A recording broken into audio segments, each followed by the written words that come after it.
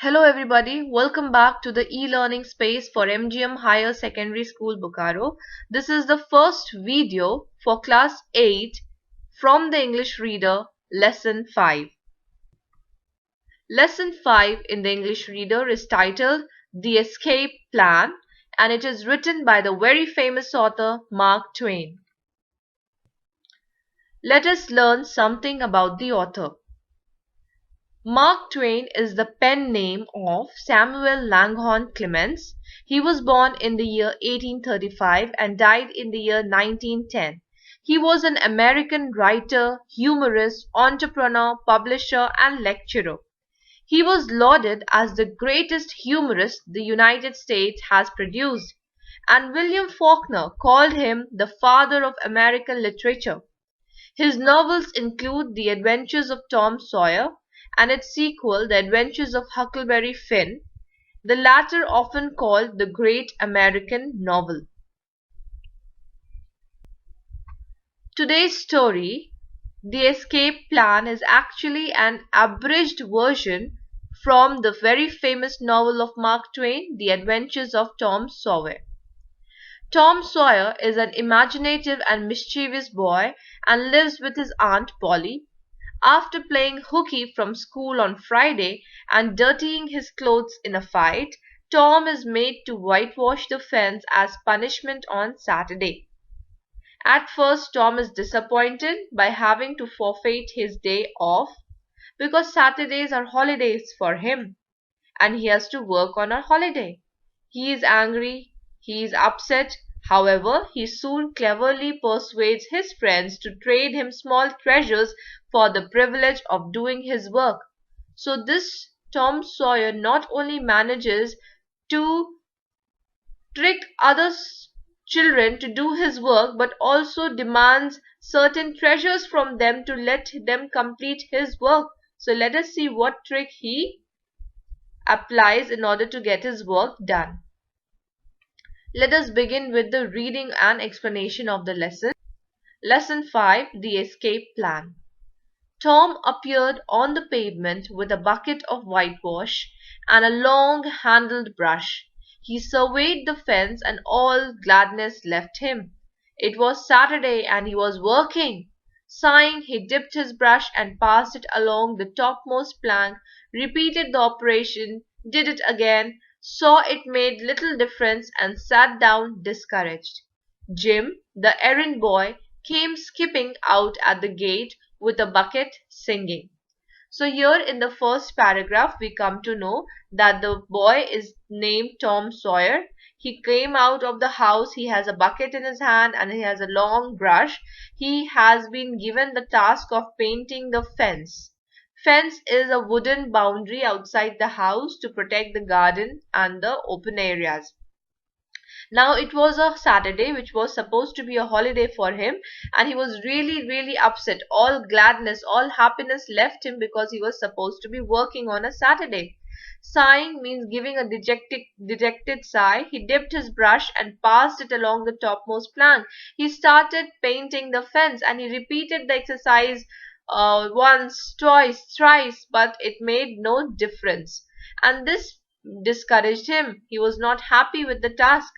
Now another boy comes into the scene. His name is Jim. He is the errand boy. Errand boy means a small servant. A servant who does little jobs for the household. Errand means small jobs. He came out of the house. He was skipping. He was in a light mood. He was even singing and he was holding a bucket. Bringing water from the town pump had always been hateful work in Tom's eyes before, but now it did not strike him so. He remembered that there was company at the pump. Boys and girls were always there waiting their turns, resting, trading playthings, quarreling, and he remembered that although the pump was only 150 yards off, Jim never got back with a bucket of water under an hour. So now Tom wants to do that job which Jim has been given because he remembered that painting the fence is a lonely job, a tedious work. But if he takes the bucket from Jim and goes to the town pump is the place where everybody goes to fetch water from the town, So he thinks that if he goes to the pump, he can at least meet other boys and girls who would be there waiting to fetch water. He can play with them, he can exchange playthings with them, toys with them, he can quarrel with them, he will be at least in the company of other children. So he wanted to talk to Jim in exchange of the work. And he also remembered that the pump was not very far off. However, Jim would never come back within an hour. He would just loiter about, play with his friends near the pump, and come back only after an hour. So Tom said, "Say, Jim, I'll fetch the water if you'll whitewash some." He is trying to make an exchange of the trade or the work that has been given to each one of them. Jim shook his head and said, "Can't, Master Tom. Old Miss told me tend to my own business."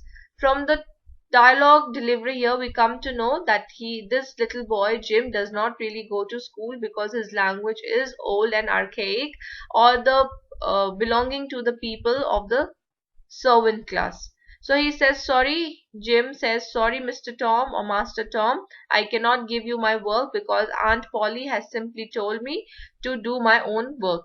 "Oh, never you mind what she said, Jim. That's the way she always talks.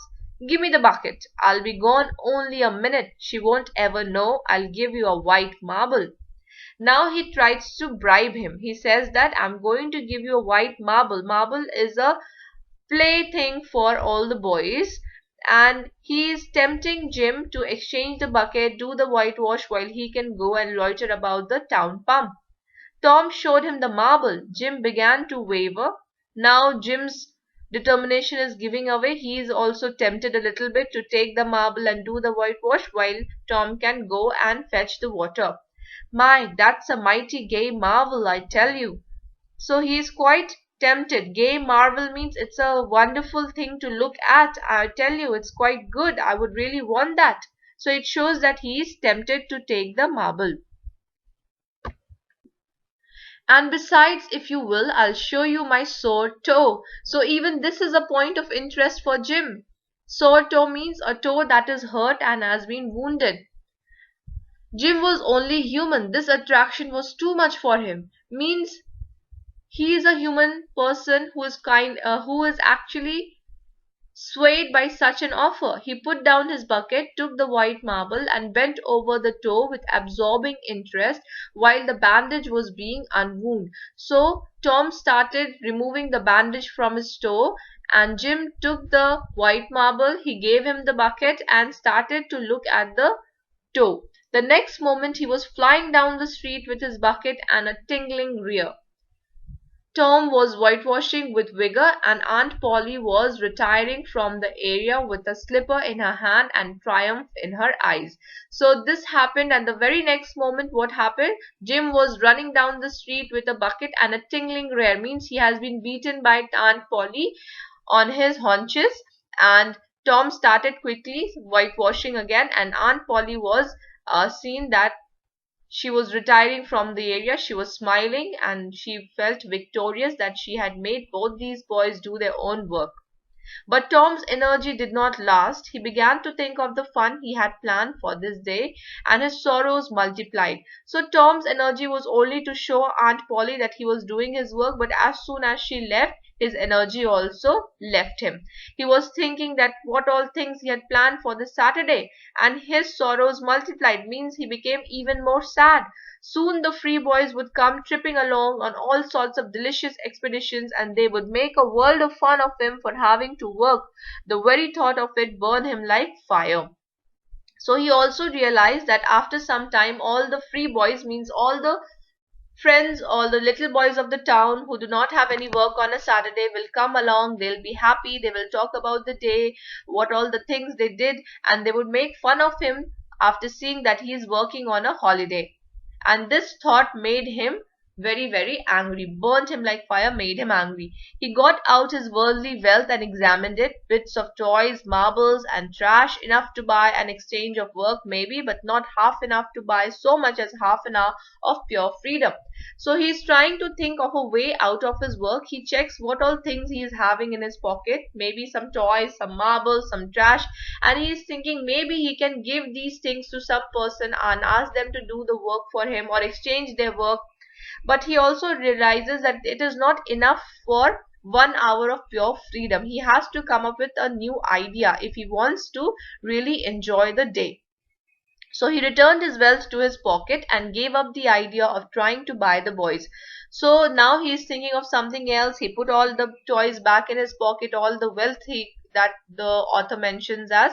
And at this dark and hopeless moment, an inspiration burst upon him, nothing less than a great, magnificent inspiration. Now at this point, suddenly he realizes there is a way out, and this idea hits him like some kind of an inspiration. He's extremely thrilled to undertake this idea of having not to do the work but having somebody else do the work for him. Let us see what this thing is. He took up his brush and went tranquilly to work. So now tranquilly means very, very peacefully. He took the brush and started very peacefully doing the work. What was the work? Painting the fence. Ben Rogers came by presently, the very boy whose ridicule he had been dreading. So Ben Rogers is another character in the story, another free boy who has no work on a Saturday. He came, and Tom was actually dreading. Dreading means he did not want to face Ben Rogers because he knew he would make fun of him painting the fence. Ben's gait was proof enough that his heart was light and cheerful.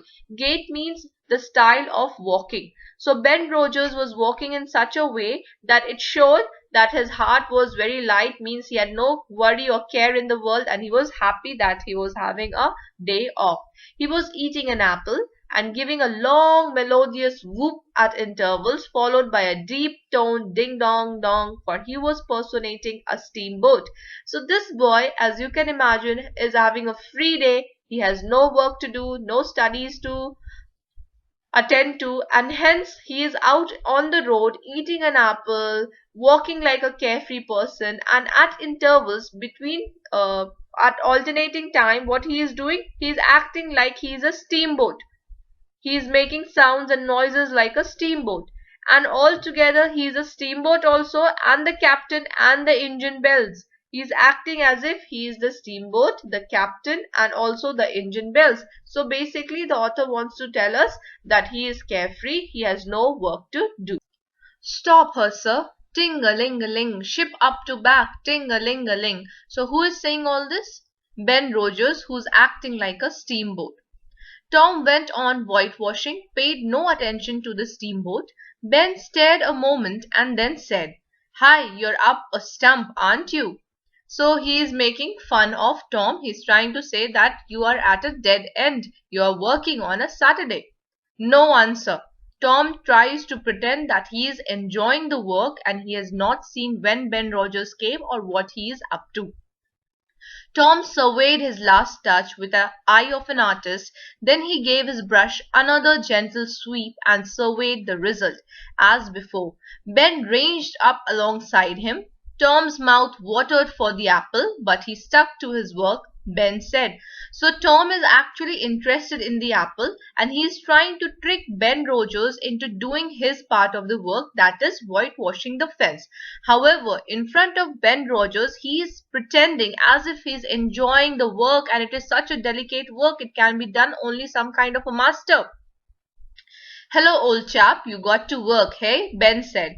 Tom wheeled suddenly and said, means this is a kind of pretense that he is putting up, as if, "Oh, you are there, I didn't see you," that kind of pretense. "Why, it's you, Ben, I wasn't noticing." "Say, I'm going swimming, I am. Don't you wish you could? But of course you'd rather work. Wouldn't you? Course you would." So he's making fun of Tom that, "See, I'm going swimming and I'm sure you also want to go. But of course you have been given work to do on a holiday, so you will have to do your work." Tom contemplated the boy a bit and said, contemplated means looked at him as if he's looking at him very carefully and thinking of something, and he's trying to appear very mature. "What do you call work? Why, isn't that work?" So Tom says, "This is work?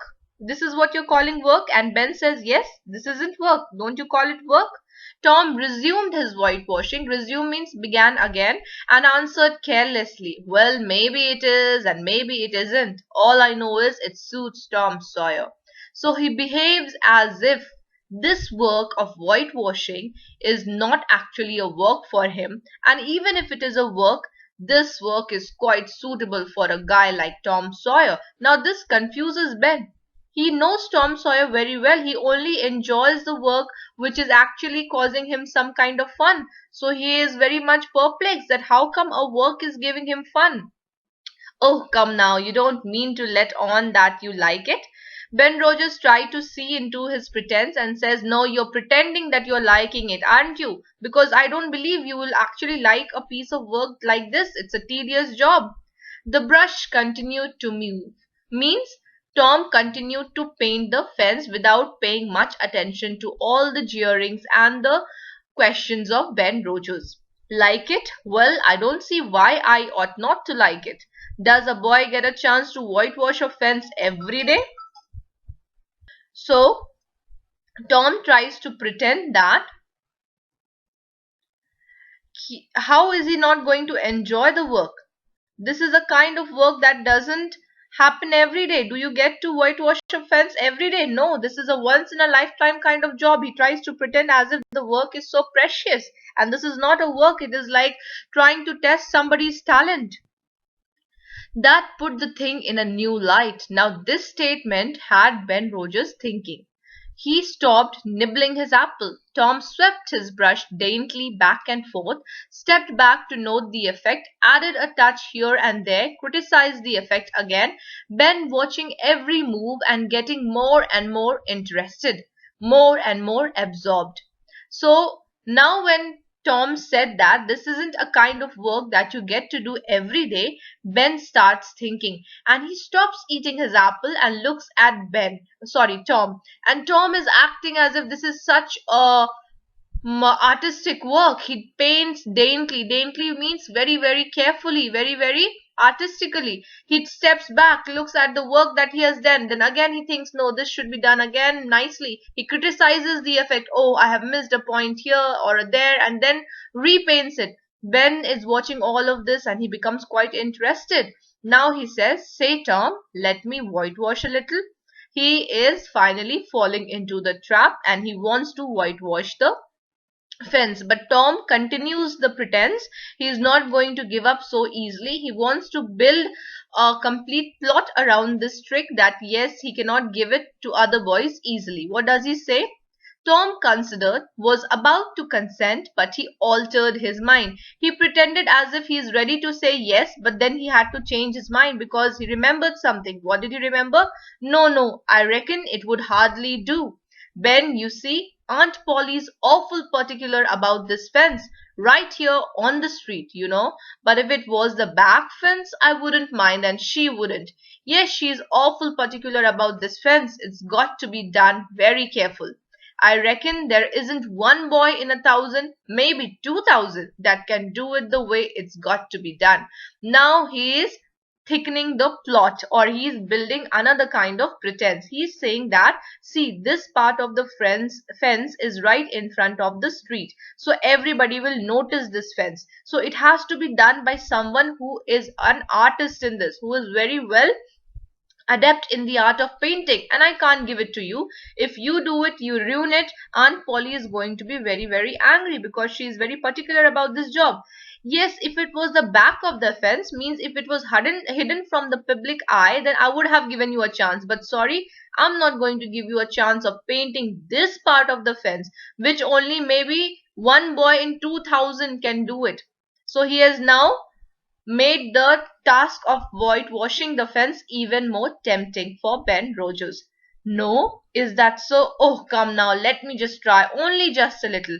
I'd let you if you was me, Tom. He's trying to say that if the situation was reversed, if I was painting the fence and you would have asked me for a try, I would have definitely given it to you, given that we are friends, we know each other. So please give me a try, just one time. Ben, I'd like to, honest, but Aunt Polly, well, Jim wanted to do it, but she wouldn't let him. Sid wanted to do it, and she wouldn't let Sid.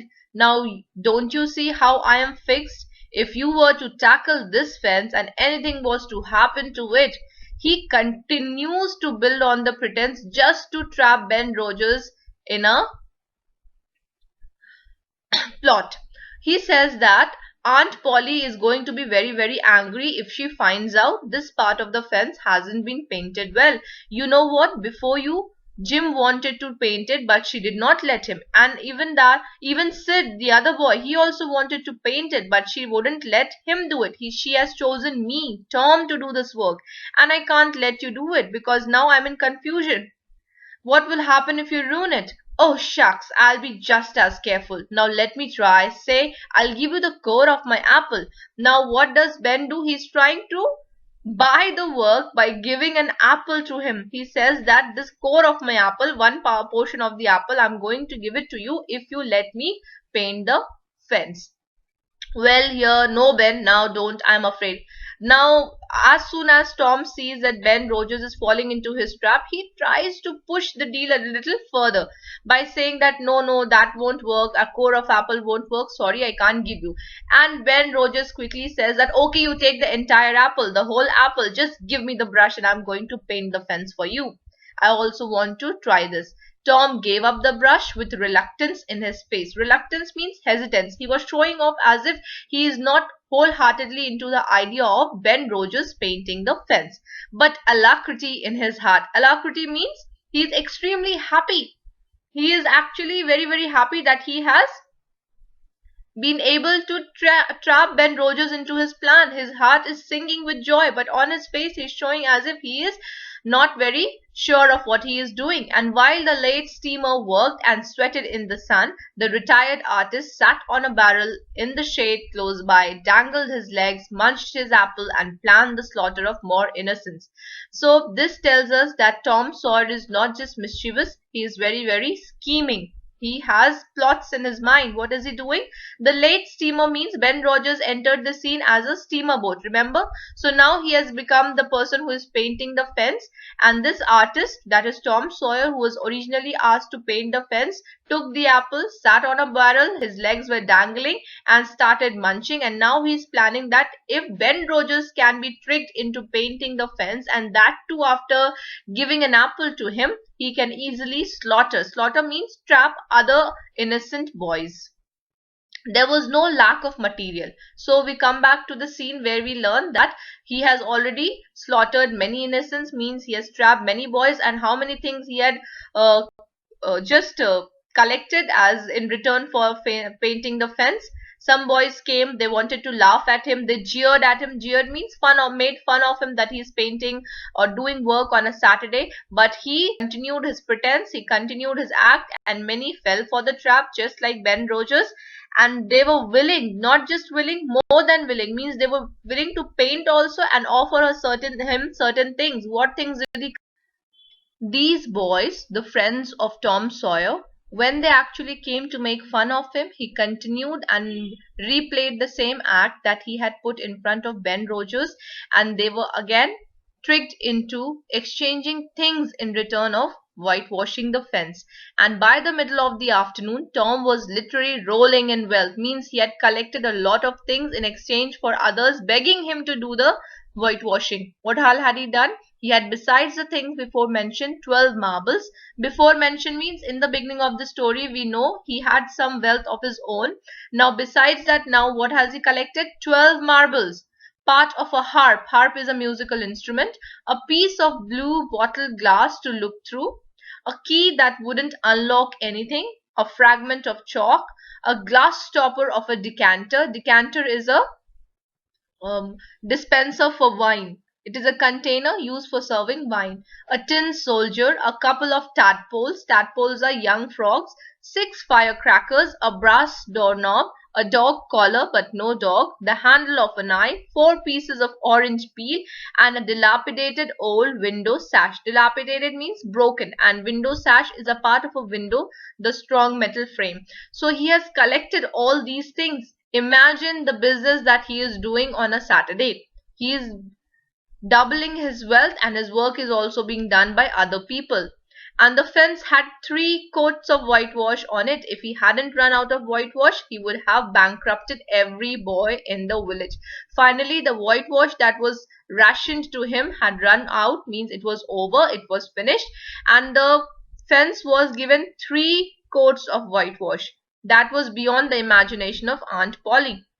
And if he had more whitewash, he might have even bribed a bankrupted, means taken all the wealth from the boys of the village. Tom said to himself that it was not such a hollow world after all. So we know in the beginning of the story he was quite angry at working on a Saturday. His heart was very full of grief. He was not joyous at all. But now he says that the world is not hollow, means it's not a bad world. There are lots of good things in the world if one applies their mind to it. He had discovered a great law of human action without knowing it, namely that in order to make a man or a boy covet a thing, it is only necessary to make the thing difficult to attain. So maybe he has not realized in words this idea that the author is putting, but Tom Sawyer, what had he done? He had shown the people that you cannot get this, and that had made people want to do it even more. And this is human nature. If you try to prohibit someone or inhibit someone from doing something, that thing becomes more attractive to a person. Tom mused a while over the substantial changes which had taken place in his worldly circumstances. Muse means thought in a cheery way. He felt like a very huge personality. He has pranked the entire village boys.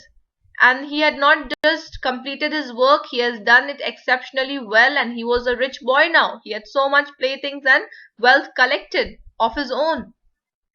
And then went into the house to report to Aunt Polly that the whitewashing job had been done. So this is the story, and as I told you, this story has been taken from The Adventures of Tom Sawyer, written by Mark Twain, and the story that you are reading is abridged, that is edited version.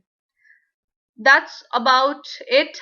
In the next video, we shall be discussing more about the lesson and the textual exercises. Till then, please learn the glossary that is mentioned in your book. Read the chapter, and if you have any difficulties, we are going to discuss it in our online class. Thank you everyone and take care.